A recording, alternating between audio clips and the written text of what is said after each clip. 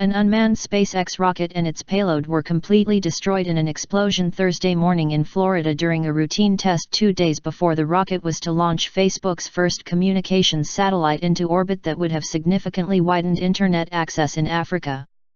The blast occurred shortly after 9 a.m. in Cape Canaveral, as smoke could be seen billowing into the sky where the $200 million Amos 6 satellite was set to launch on Saturday morning with a SpaceX reusable rocket.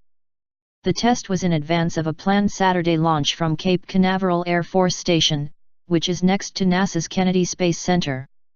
SpaceX can confirm that in preparation for today's static fire, there was an anomaly on the pad resulting in the loss of the vehicle and its payload. Per standard procedure, the pad was clear and there were no injuries, a SpaceX spokesman said. NASA spokesman Al Feinberg said emergency personnel were monitoring the situation and standing by to assist, and the air quality was being monitored for any potential threats to employees.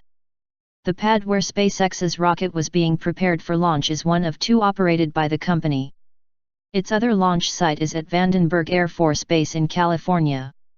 The explosion is sure to prove to be a disaster not only for Facebook, but for Elon Musk's SpaceX, as it now throws the basis of his program, reusable and recycled rockets, into doubt.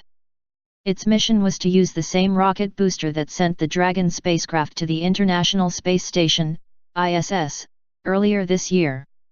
The rocket was supposed to launch the Amos 6 communication satellite, which included the capabilities for Facebook to spot beam broadband for Facebook's Internet.org initiative. France-based satellite provider Utelist and Facebook spent an estimated $95 million on the satellite's Ka-band communication array for a 5-year lease.